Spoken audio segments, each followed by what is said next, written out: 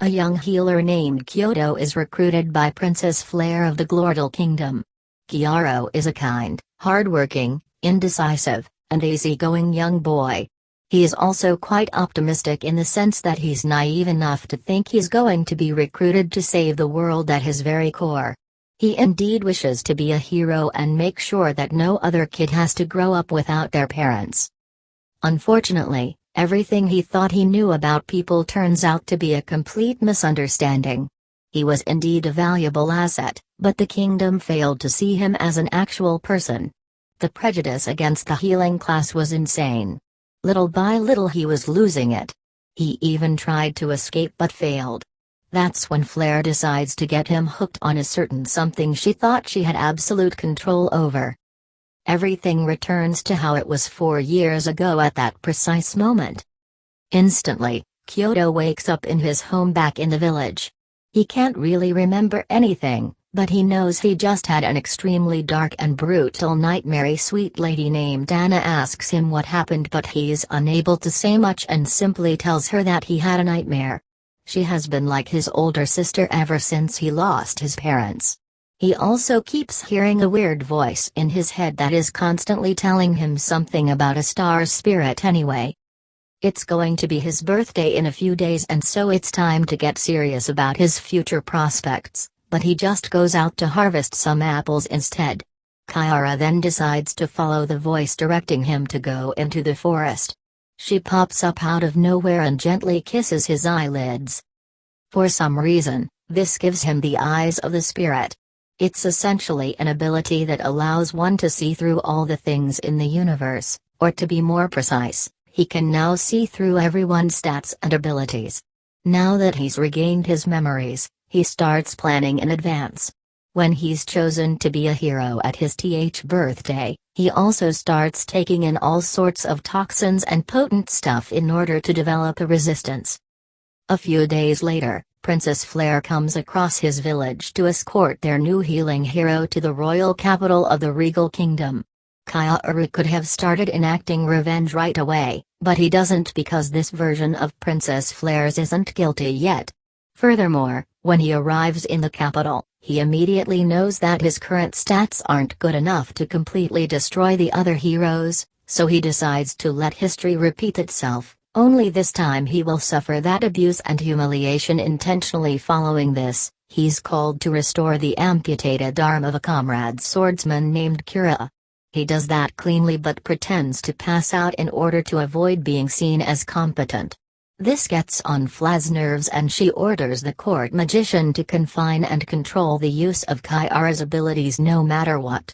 Realizing this, Kyoto knows that Princess Flare is still the same, and so the journey of his revenge begins. Whenever he heals someone, he intentionally gets overly dramatic about it and starts swearing to never heal again. This puts too much of a strain on his mental and physical constitution, and so they imprison him and supposedly get him addicted to stuff. They have no idea that he's already developed a resistance for a stupid period of time. Kyoto continued to heal more and more warriors. For a stupid period of time, he kept healing and acquiring new abilities during the day. While suffering abuse and torture during the night, finally he becomes strong enough to hold his own against anyone. One day, when the king is absent, he escapes the prison and then changes his appearance to that of Flare's imperial commander, named Leonard, and tells Flare that Kyoto said something which cannot be ignored, but when they are both alone, he swiftly kills her bodyguards and then uses a spell to take away all of her magic prowess. Just when she's turned into a normal defenseless girl, he reveals who he really is. She immediately tells him that everything was for his sake, but Kyoto ignores this nonsense and tells her that they'll play a game. He'll break her fingers one by one, and if she doesn't shout until all of them are broken, he'll release her. However, even though after breaking all of them, he simply heals the fingers and repeats. It doesn't take long before she's forced to shout, but hearing this only gives Kyoto the incentive to be more ruthless. That's right, everything she's done to him, he starts doing to her. Before long, she's completely and utterly broken, But that's when Kyoto slightly alters her appearance and changes her memories. He names her Freya, and from this moment onward, she is his personal slave. Kyara then makes one of his dead bodyguards look like Flare and then escapes with Freya. He also changes his own appearance and renames himself as Kyaruga. Ikaruga sets his sights on the two other heroes, namely Blade and Bullet.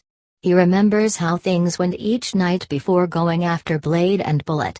He also tells him that there's more where that came from.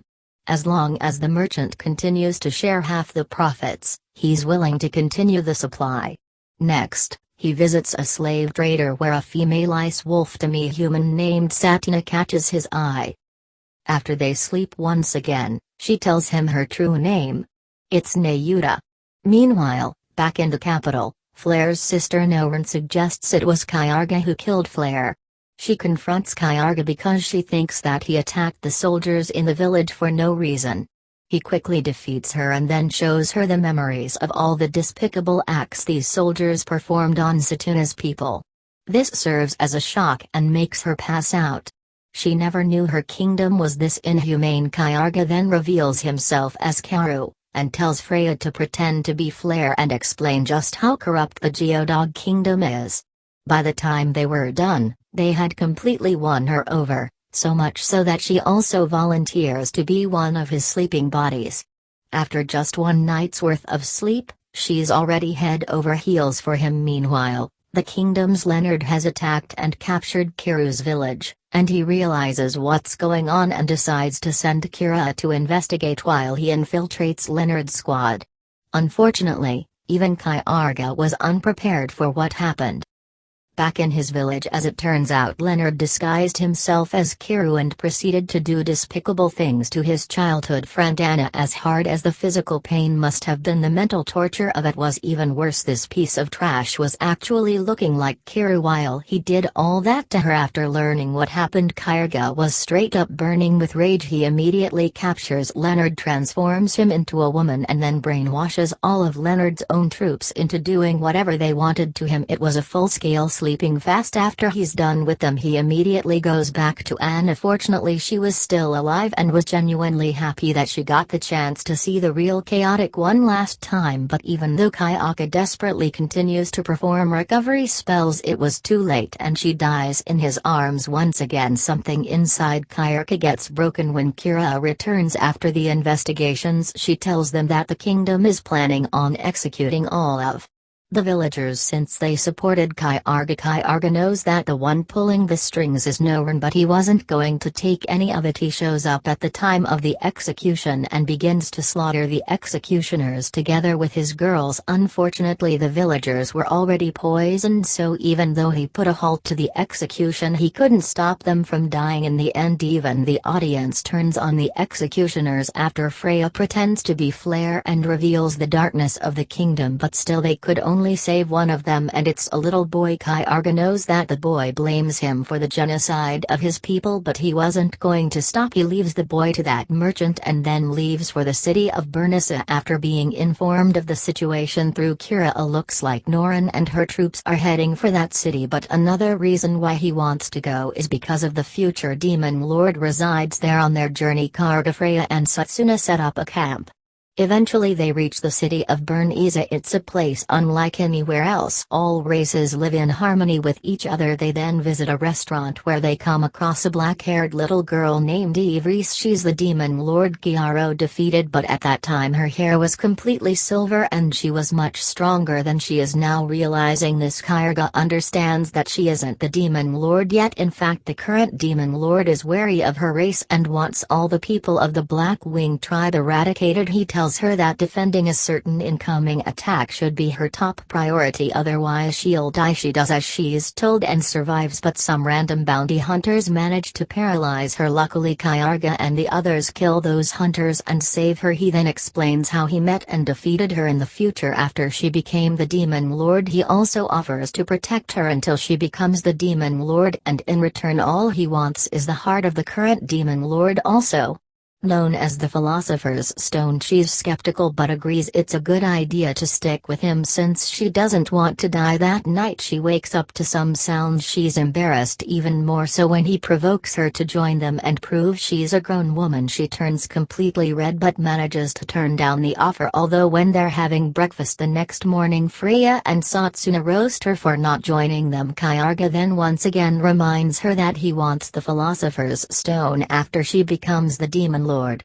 He also wants her to be the originator of peace between the humans and the demons. Following this they talk about her abilities and she explains that she can summon a legendary bird named Caladrius. It's a demonic bird that spreads diseases. However, the summoning process requires her to travel all across the world. Later they wreck a few more bounty hunters and leave them to be eaten by a beast, and then Freya buys herself a new magic staff. Her previous one was broken since it couldn't hold her magical prowess. Kyarga improves her staff and then decides to improve the other equipment in the store as well. The store owner named Carmen is satisfied. He rewards him with some cash as well as a mithril sword. In the morning Kyarga monitors Norm's army from a distance and ends up noticing that the hero named Blade is with her. This infuriates him but he has no choice but to retreat for now because another hero named Hawkeye managed to sense his presence during the night. Blade abducts a local girl.